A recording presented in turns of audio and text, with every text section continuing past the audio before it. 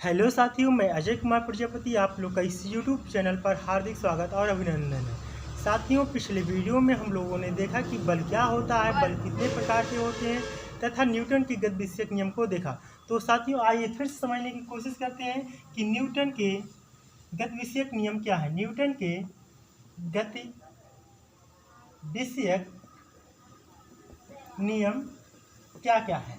तो साथियों, आपको बताया जाए कि पिछले पार्ट में आपको बताया गया था, न्यूटन ने 3 नियम दिए थे। साथियों, पहले तो हम 3 नियम के बारे में एक बार फिर से समझ लेते हैं। साथियों, पहले नियम में न्यूटन जी ने बताया कि अगर कोई वस्तु स्थिर अवस्था में है या गतिज अवस्था में है तो साथियों वह अपनी अवस्था को तब तक नहीं बदलता है, यानी कि अवस्था परिवर्तन नहीं होता है जब तक उस पर कोई बाह्य बल न लगाया जाए, बाह्य बल न लगे। तो ये तो बात आपको समझ में आ गई होगी। इसको आइए साथियों एक उदाहरण की मदद से समझने की कोशिश करते हैं। अगर मान लिया जाए कोई एक वस्तु है, अगर हम मान लें कि यह एक जमीन की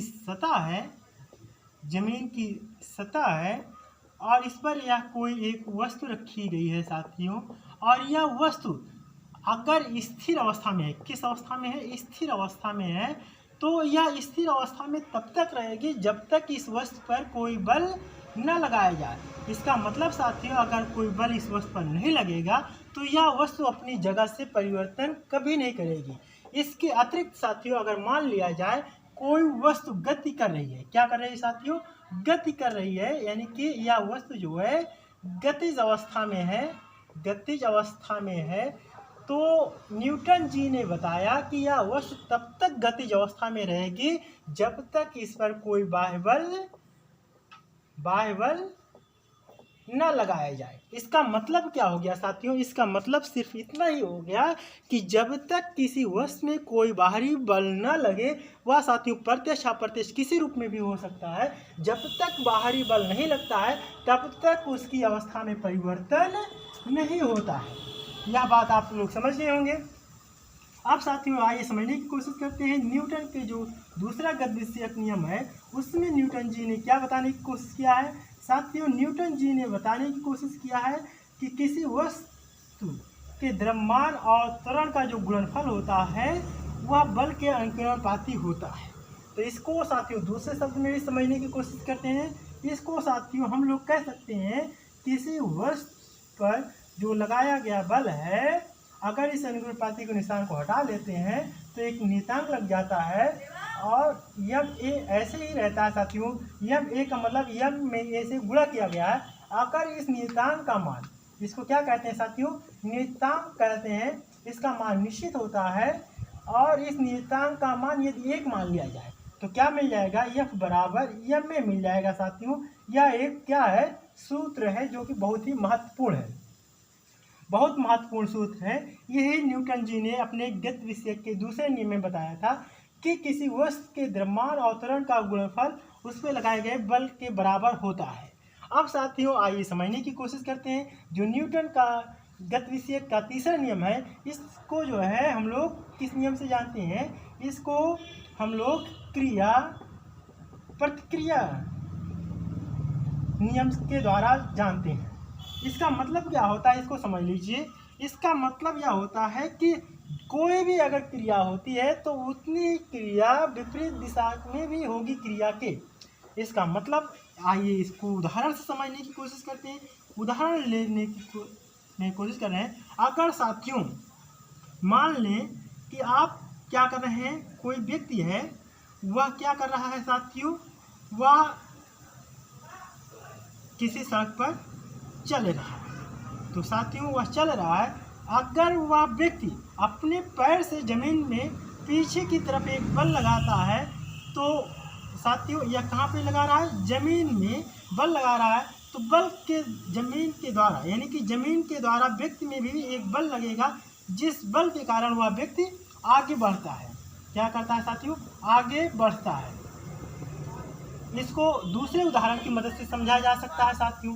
कैसे समझा जा सकता है, अगर मान लें कोई एक जलधारा है साथियों, यह नाव इसमें है, मान लेते हैं, या इसमें क्या है, नाव है। अगर कोई व्यक्ति इस नाव में बैठा है, उस नाव को वह जल की धारा में आगे बढ़ाना चाहता है, तो वह पानी में किसी वस्तु से क्या करता है, पीछे की दिशा में बल लगाता है, यानी कि पीछे बल लगाता है। और इस बल लगाने के कारण ही वह नाव क्या बढ़ती है, आगे बढ़ती है, आगे बढ़ती है। तो साथियों वह कितने आगे बढ़ती है, जितना वह पीछे बल लगाता है उसी के बल के बराबर आगे बढ़ती है।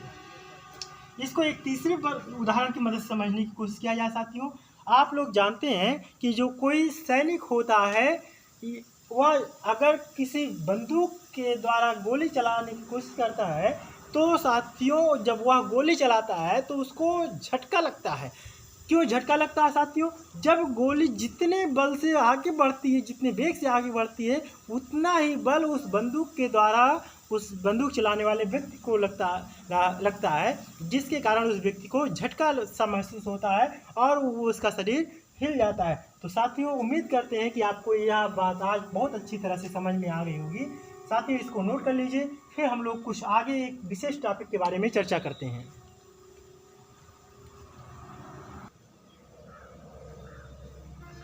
आइए साथियों इसको मिटाते हैं, फिर बहुत ही एक इम्पॉर्टेंट टॉपिक के बारे में चर्चा करेंगे, जो कि एग्जाम में पूछा जाता है और मैथमेटिकल टर्म होता है, बच्चे उसको समझ नहीं पाते हैं। तो आइए आज हम बहुत ही आसान शब्दों में आपको समझाने की कोशिश करते हैं। तो आज अभी का टॉपिक कौन सा टॉपिक है, क्या आपको पता है साथियों? नहीं पता होगा, तो आइए हम आपको बताते हैं। आज हम लोग संवेग और बल में संबंध पढ़ेंगे, संबंध पढ़ेंगे। साथियों आपको बताया जाए, जो संवेग होता है इसको हम लोग P से प्रदर्शित करते हैं, जो बल होता है उसको F से प्रदर्शित करते हैं। और संवेग क्या होता है, तो पहले इसको समझ लिया जाए साथियों। अगर हम बात करते हैं संवेग क्या होता है, तो वस्तु के द्रव्यमान और वेग के गुणनफल को क्या कहते हैं, संवेग कहते हैं, जिसको हम P से प्रदर्शित करते हैं। अब इसके मात्रक के बारे में भी समझ लेते हैं साथियों। इसका जो मात्रक होता है वह क्या होता है, किलोग्राम मीटर प्रति सेकेंड। यह बहुत ही इम्पोर्टेंट है साथियों, इसका ये क्या है, मात्रक है। आज हम लोग संवेग और बल में संबंध क्या होता है इसको समझने की कोशिश कर रहे हैं। तो इसको समझने के लिए आपको बताया जाए, हम बात वहीं से शुरू करना चाहते हैं जहां से आप बात को समाप्त किए थे। साथियों न्यूटन के गतिशीलता के दूसरे नियम से आपको पता होगा F बराबर ma होता है। और साथियों आपको जो गति के नियम होते हैं, उस गति के नियम में आपको बताया गया था v बराबर u प्लस at होता है। क्या होता है, v equal to u plus at होता है। अगर यहाँ से at बराबर ज्ञात किया जाए तो v माइनस यू मिल जाता है, और a बराबर ज्ञात किया जाए साथियों तो v माइनस यू बटे टी मिल जाता है। आप इस a के मान को यहाँ पर ला के रख दीजिए, तो आपको क्या मिल जाएगा, F बराबर m v माइनस यू बटे टी। तो साथियों यहाँ से आपको क्या मिल जाएगा, F, इसको ला के इधर गुणा कर देते हैं, या इसको अभी ऐसे रहने दीजिए। अब यहाँ से आपको क्या मिल जाता है, ये क्या है साथियों, v क्या है, अंतिम वेग है, अंतिम वेग है, और u क्या है, वस्तु की प्रारंभिक वेग है। साथियों इसको आप ध्यान रखिएगा, t क्या है, समय है, m क्या है, वस्तु का द्रव्यमान है। इसको आप समझ ही गए होंगे। अब आपको ये पता है कि ये क्या है, वेग परिवर्तन है। अगर जो परिवर्तन होता है उसको हम लोग डेल्टा के द्वारा प्रदर्शित करते हैं, तो इसको हम लोग कैसे प्रदर्शित कर सकते हैं साथियों, m इंटू डेल्टा वी। और समय परिवर्तन भी यहाँ पर होगा, जब वेग परिवर्तन होगा तो उसको हम लोग डेल्टा टी भी कह सकते हैं। अब इसका मतलब क्या हो गया साथियों, कि अगर जो वेग परिवर्तन हुआ उसको डेल्टा वी कह दिए। अब यम और भी के फॉर्म में आ गया, इसको हम लोग क्या कहेंगे, संवेग कहेंगे। अगर वेग परिवर्तन हो रहा है तो संवेग भी परिवर्तित होगा, अर्थात इसी को हम लोग क्या कह सकते हैं, डेल्टा पी बटे डेल्टा टी कह सकते हैं। और ये पी क्या है, यहाँ पर संवेग परिवर्तन है, वर्तन है। क्या है? संवेग परिवर्तन है। और समय यहाँ पर दर के रूप में बताया जाता है। तो इसको यहाँ से क्या मिल जाता है, इसको समझ लीजिए, डेल्टा पी बटे डेल्टा टी। यानी कि साथियों संवेग परिवर्तन की जो दर होती है उसे ही बल कहते हैं। क्या कहते हैं? संवेग परिवर्तन की दर को ही बल कहते हैं। तो उम्मीद करते हैं साथियों यह बात आपको समझ में आ गई है तथा संवेग और बल में क्या संबंध होता है यह संबंध भी आपको पता चल गया है। तो साथियों यही क्या है, बल और संवेग में संबंध है, जिसको डेल्टा पी बटे डेल्टा टी कहते हैं और जो कि यह के बराबर है जिसे बल कहते हैं। तो साथियों इसको नोट कर लीजिए या स्क्रीनशॉट ले लीजिए। फिर हम एक इम्पॉर्टेंट टॉपिक के बारे में और चर्चा करेंगे।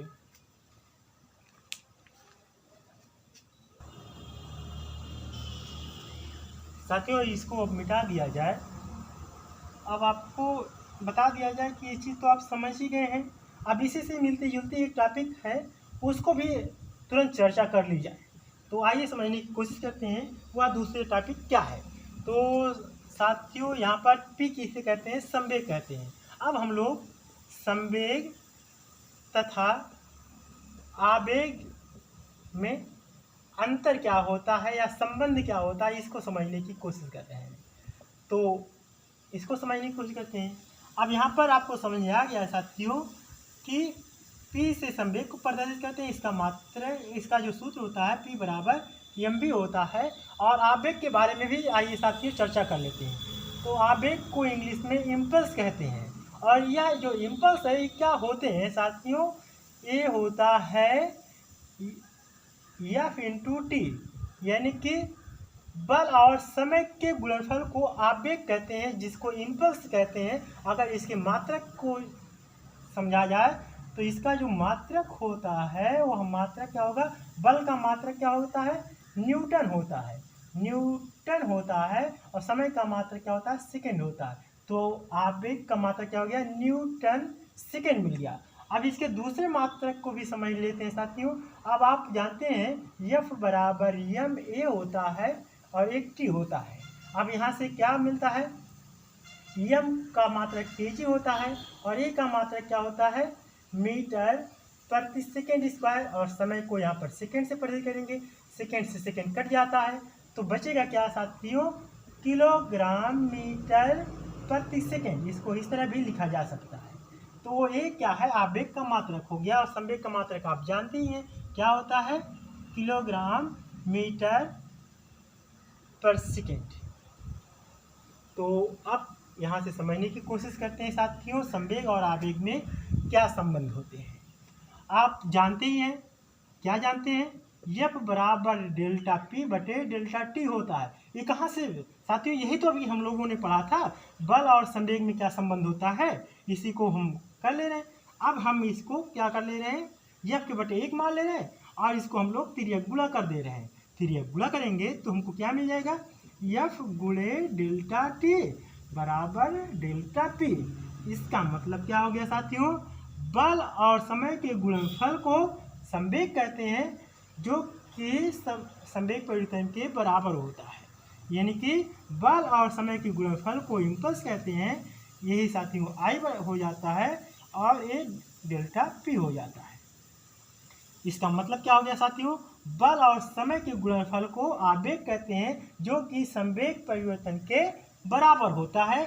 यही संवेग तथा आवेग में संबंध होता है। यह तो बहुत ही आसान था, इसको तो आप 3 लाइन में ही समझ लिए होंगे। इसको नोट कर लीजिए साथियों। फिर हम एक इम्पॉर्टेंट टॉपिक के बारे में चर्चा करेंगे।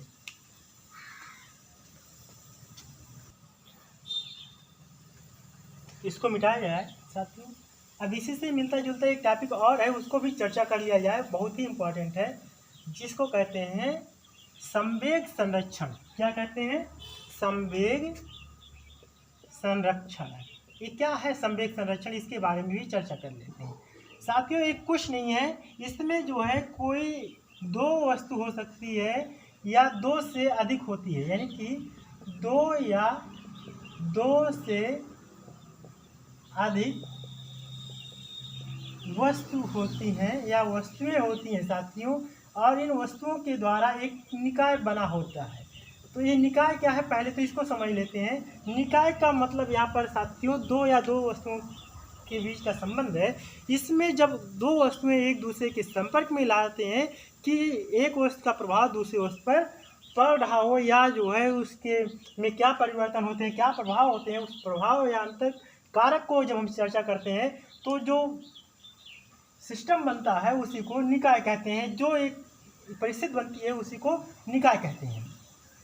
इन्होंने साथियों न्यूटन जी ने बताने की कोशिश किया है कि दो या दो से अधिक कोई वस्तुएं होती हैं, अगर इन वस्तुओं पर कोई बाहरी बल न लगाया जाए, यानी कि कोई बाहरी बल न लगाया जाए तो वस्तु की स्थिति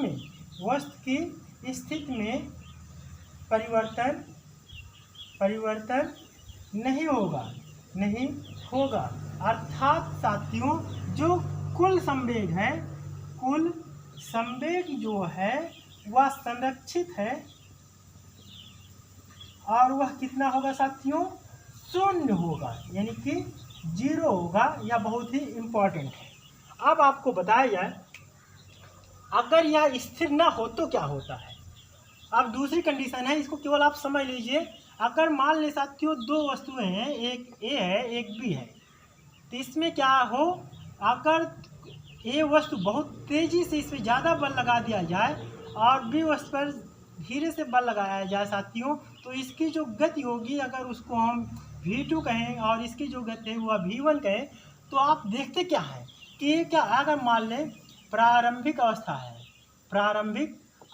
है, इस अवस्था में हम मान लें जो वस्तु है वह क्या है, समान है और समान वस्तुएं हैं, तो जो पहली वस्तु है इसका जो वेग वो ज़्यादा है, यानी कि जो वेग पहला है वह दूसरे वेग से ज़्यादा है। जब पहले वेग से वस्तु ज़्यादा होगी तो आप क्या देखेंगे कि कुछ समय के पश्चात या वस्तु अगर दोनों एक ही दिशा में गति कर रहे हैं तो पहली वस्तु दूसरी वस्तु से टकरा जाएगा। क्या होगा साथियों, टकरा जाएगा तथा इसका जो वेग है वह बदल जाएगा, यानी कि साथियों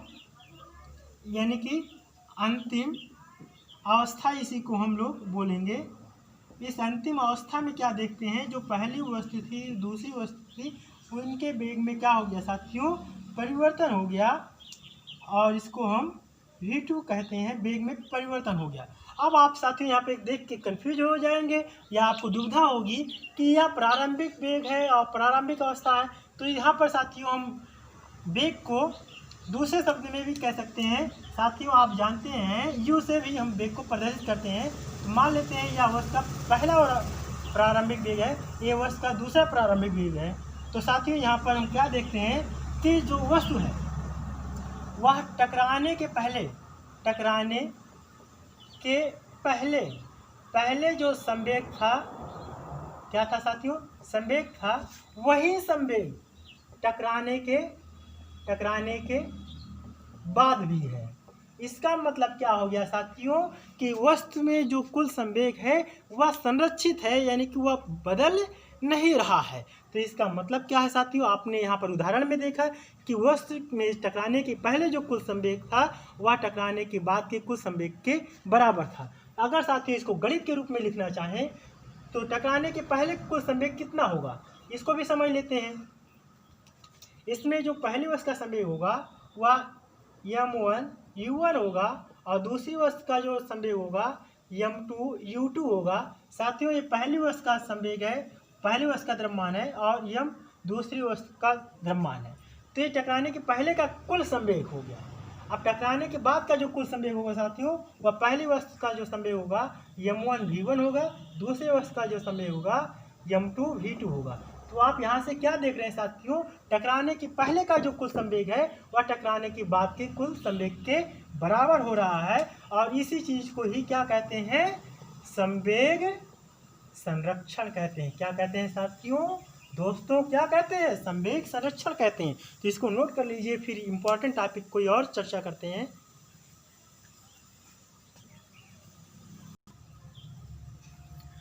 तो साथियों उम्मीद करते हैं आप इसको स्क्रीनशॉट ले लिए होंगे या नोट कर लिए होंगे। अब साथियों बहुत ही इम्पोर्टेंट टॉपिक पढ़ने चल रहे हैं जो कि बहुत ही मज़ेदार है और बहुत ही आसान है। और वह क्या है साथियों, एक विशेष प्रकार का बल है जो आपको समझना है, जो कि आप अभी समझे नहीं हैं। तो वह क्या है साथियों वह है घर्षण बल। क्या है? घर्षण बल है, जिसको हम लोग फ्रिक्शन फोर्स कहते हैं। क्या कहते हैं? फ्रिक्शन फोर्स कहते हैं। यह एक प्रकार का बल है। तो यह बल कहाँ लगता है साथियों? जब कोई एक वस्तु पर कोई दूसरी वस्तु क्या करती है साथियों? गति करती है, तब यह बल लगता है। तो आइए इसको एक उदाहरण की मदद से देखते हैं साथियों। मान लेते हैं यह क्या है? जमीन है, इसकी क्या है? सतह है, और इसमें कोई प्रेक्षक है। प्रेक्षक तो आप लोग जानते ही होंगे साथियों, जो उसको प्रेक्षण का अनुभव करता है। जब साथियों कोई व्यक्ति है वह गति करता है, तो उस व्यक्ति का जो पैर है वह दूसरी वस्तु के संपर्क में आता है, तब वह बल लगता है। यानी कि साथियों यह जो घर्षण बल है यह कब लगता है? जब कोई दो वस्तुओं की सतह का संपर्क होता है, और इसके अतिरिक्त जो है एक वस्तु दूसरे पर गति करती रहती है। साथियों इसको बहुत इंपॉर्टेंट है, नोट कीजिए। इसमें वस्तु एक दूसरे पर गति करती है, ये इसको भी आप लिख लीजिएगा। अब आपको बताया जाए साथियों कि जो घर्षण बल है यह क्या होता है। जब कोई वस्तु एक दूसरे के संपर्क में रहेंगी, एक वस्तु दूसरे पर गति करती रहती है साथियों। यह अधिकतर कहाँ होता है? मशीनों में होता है, जो गति करती रहती हैं साथियों, गति करती हैं। और इसके अतिरिक्त साथियों इसी के कारण हम लोग क्या है? चलते हैं। यानी कि हम लोग जब चलते हैं तो किस बल के कारण चलते हैं? घर्षण बल के कारण चलते हैं। किसके कारण चलते हैं साथियों? घर्षण बल के कारण चलते हैं। अब इसको देखा जाए साथियों, जब कोई मशीनें गति करती रहती हैं तो उस मशीनों में क्या होता है? जल्दी वो मशीनें क्षतिग्रस्त हो जाती हैं, घिस जाती हैं। तो यह क्या साथियों? इस घर्षण बल की क्या है? हानि है। यानी कि क्या होता है साथियों? हानि होती है। यानी कि इससे हानियाँ भी हैं। क्या हानि होती है साथियों? मशीनों में क्या होता है साथियों? घिस जाती हैं साथियों। और इसके अतिरिक्त जो है अगर घर्षण बल नहीं लगता तो क्या है? मनुष्य क्या हो जाएगा साथियों? गिर सकता है घर्षण बल के अभाव में। यानी कि घर्षण बल के अभाव में गिर जाता है।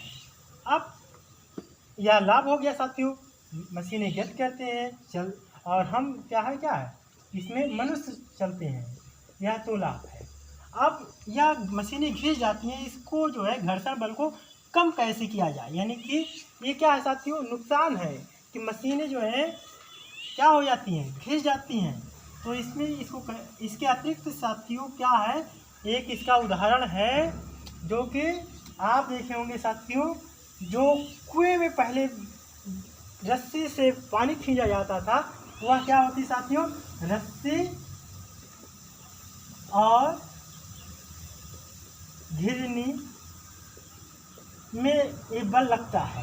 तो जो कुएं से पानी भरा जाता है, यानी कि कुएं से पानी निकालने में जब रस्सी और घिरनी होती है साथियों, वह भी घिस जाती है। तो साथियों इस घिरनी में भी यह होता है, यानी कि यह क्या होता है? घिरनी में भी होता है। और इसको साथियों हम कैसे कम कर सकते हैं? यानी कि इसको कम भी किया जा सकता है। तो कैसे कम किया जा सकता है साथियों? इसको सतह